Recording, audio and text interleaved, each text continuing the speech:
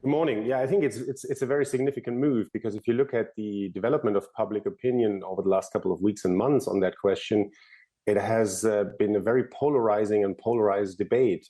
This whole conversation about tanks deliveries to Ukraine, and that has remained, stubbornly unchanged. Really, this more or less 50-50 divide in the German population. So against that backdrop, I think that explains a lot of the hesitation that we've seen from Olaf Scholz at first, this kind of insistence on really, carefully going through all the options.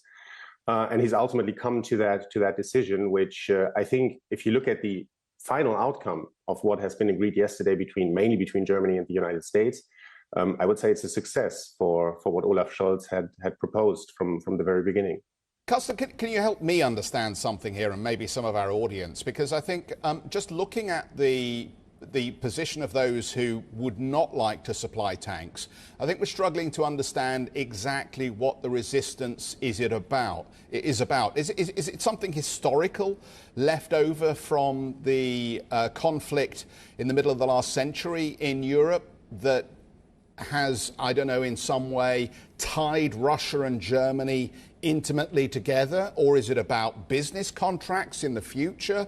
Or is there some other reason why there is this deep-seated resistance in Germany to supply this offensive technology?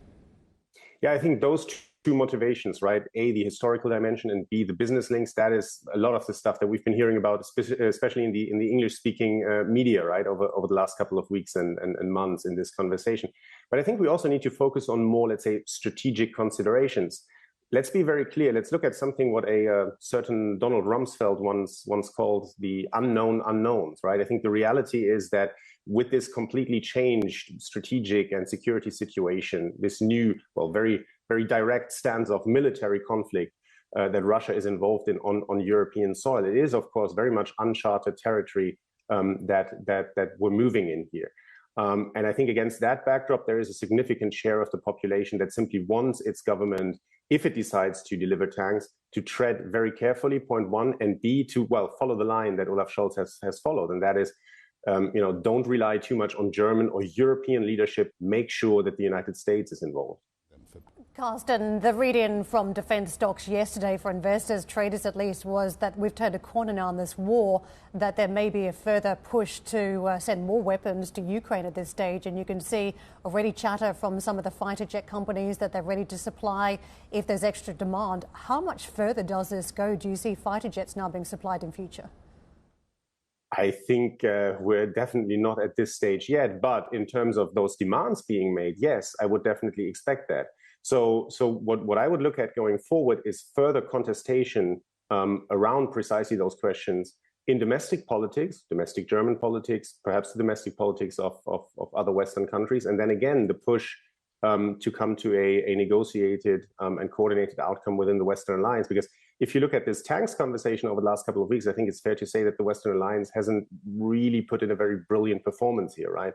The UK moving ahead with its Challenger announcement, France moving ahead on the armored vehicles, but then being fairly hesitant when it came to the tanks. The Americans encouraging the Germans, but again being hesitant themselves when it came to their own tank deliveries, and then Germany, obviously, with all its domestic problems. So, unfortunately, I think I would expect this to continue, especially if we're talking about something as meaningful as fighter jets.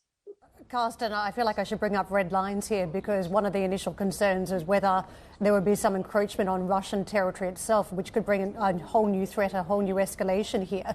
What do you think has been discussed behind the scenes in terms of use of these tanks and weapons at this point that insists that there are not lines crossed that takes the fight into Russian territory itself?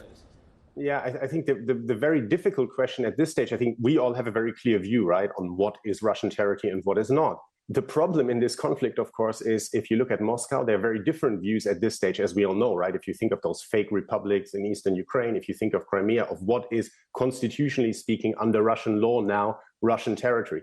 And I think that is precisely, that goes back to that point that I was making earlier about the unknown unknowns. How does Russia react to that? Are we actually dealing with the current leadership, the current Russian leadership in such a scenario 3, 6, 8 months down the line? Is that someone else who is in control of the military at that stage? I think the reality is all of that is very difficult to plan out in a scenario thinking kind of way.